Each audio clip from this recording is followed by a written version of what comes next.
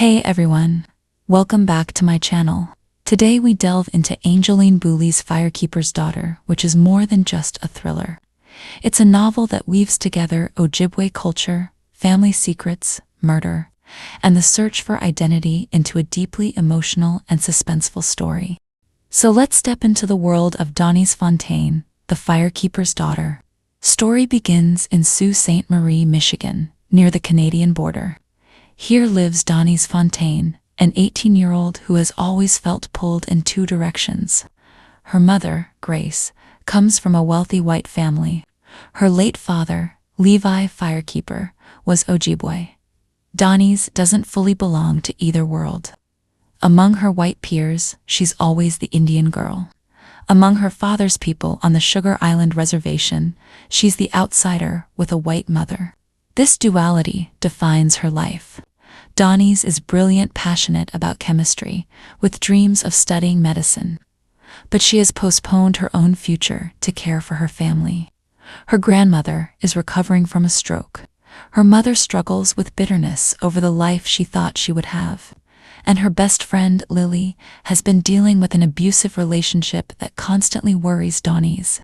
Donnies is athletic, a former hockey star, and deeply tied to her half-brother, Levi Jr., known as Levi Firekeeper Jr., the charismatic captain of the local hockey team.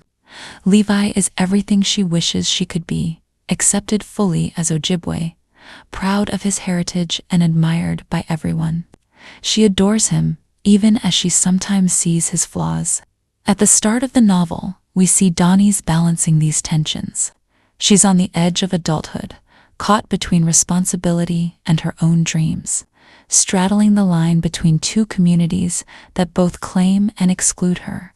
The hockey season begins, and with it comes a new face, Jamie Johnson, a transfer player with charm and talent. Donnies notices him immediately, though she is cautious.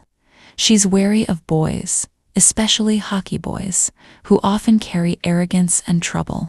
Still, Jamie is different. He's polite, curious about Ojibwe traditions, and seems genuinely interested in Donnisna, just as the exotic girl, but as herself. Against her better judgment, Donnis begins to open up to him. But life doesn't slow down. Donnies remains close to Lily, her best friend, who is trying to leave her abusive boyfriend, Travis. Donnies encourages Lily to be strong, to move forward, but tragedy soon strikes in a way no one expects. In one of the novel's first major turning points, Donnies witnesses Lily's murder. Travis, in a drug-fueled haze, kills her before turning the weapon on himself. The event rocks the community, tearing Donnies apart with grief. She blames herself, wonders if she could have done more, and finds herself drowning in sorrow. But Donnies is not given time to process her loss. Almost immediately, she is approached by FBI agents who reveal a shocking truth. Jamie Johnson, the new hockey player she's been growing close to, is not who he claimed to be. He is actually an undercover agent working on a case involving a deadly new drug circulating through the Ojibwe community. Donnies is stunned. Her trust in Jamie is shaken, but even more devastating is the realization that the drug epidemic is not some distant issue, it is in her home, her community, threatening her loved ones. The FBI wants Donnis's help. With her knowledge of chemistry, her ties to both her white and Ojibwe families, and her proximity to the hockey players, she is uniquely positioned to uncover the source of the drugs. At first, Donnies resists. She doesn't want to betray her community, doesn't want to become a snitch. But then she remembers Lily, how drugs, violence, and despair took her best friend's life. With heavy reluctance, Donnies agrees to assist, becoming a confidential informant. Donnies begins her dangerous double life. Outwardly, she continues as a grieving friend, a devoted daughter, and a supportive sister to Levi. Inwardly, she is watching, listening, recording everything. Jamie becomes her partner in the operation, though their relationship is complicated. Donnies feels betrayed by his initial deception, yet she also sees his sincerity. Their bond grows into something deeper, though always shadowed by the tension of secrecy and danger. Through her work, Donies learns disturbing truths. The new drug is a powerful, hallucinogenic form of meth, made with local plants and chemistry knowledge. It is spreading quickly, connected to the hockey world and the reservation. As she digs deeper, Donies discovers corruption, betrayal, and a network far larger than she imagined. The people behind the drug trade are not faceless outsiders, they are people within her own community, people she knows. The investigation intensifies. Donies witnesses acts of violence, manipulation, and desperation. She struggles with her conscience. Is she protecting her people by exposing the truth, or betraying them by working with the FBI? Her identity crisis deepens. She has always felt like she belongs to both worlds and neither, but now, as an informant, she feels even more isolated. She cannot tell her mother. She cannot tell Levi. She cannot share her fear with her community. Meanwhile, her feelings for Jamie grow, but trust remains fragile. Jamie carries his own secrets, his own mission, and Donies wonders if their connection is real or just part of the assignment. The deeper she goes, the darker the truths become. She learns that hockey players' people she grew up admiring are entangled in the drug trade, that respected members of the community are complicit, and that the very people sworn to protect might also exploit. The tension builds toward devastating revelations. Donies discovers that her beloved half-brother, Levi Jr., the shining star of her family, the pride of the Firekeepers, is involved.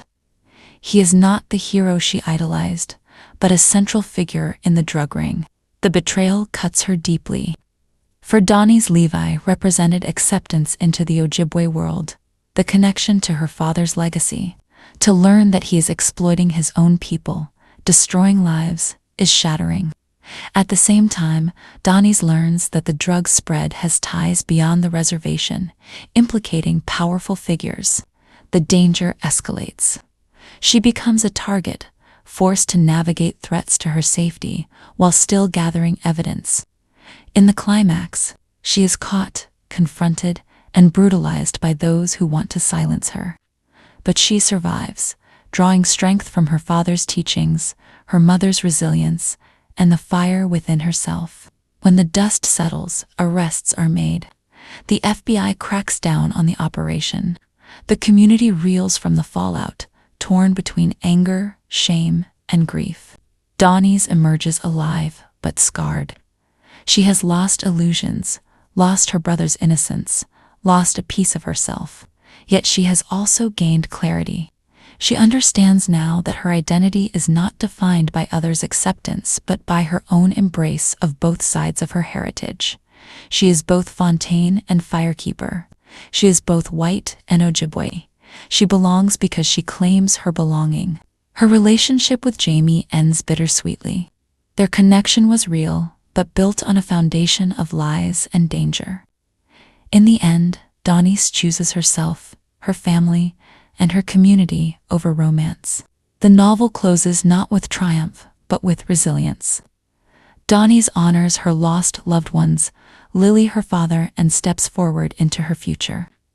She is not unbroken, but she is unbowed. In nutshell, Firekeeper's Daughter is not just a thriller about drugs and crime. It is a deeply personal story about heritage, justice, and the power of a young woman finding her place in a complicated world. Donies Fontaine begins the novel torn between two identities, grieving, unsure of her future.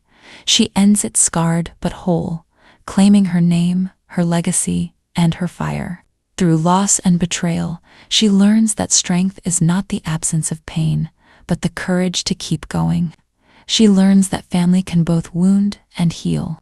And she learns that her identity is not split, is complete, made stronger by the duality she once feared. This is why Angeline Boulley's novel resonates so deeply. It is a story of crime and suspense, but also of love, community, and survival. A story that insists Indigenous voices and stories matter, and that young women, no matter how underestimated, can carry the fire of truth and justice. If you enjoyed this, please like and subscribe for more literary summaries and stories.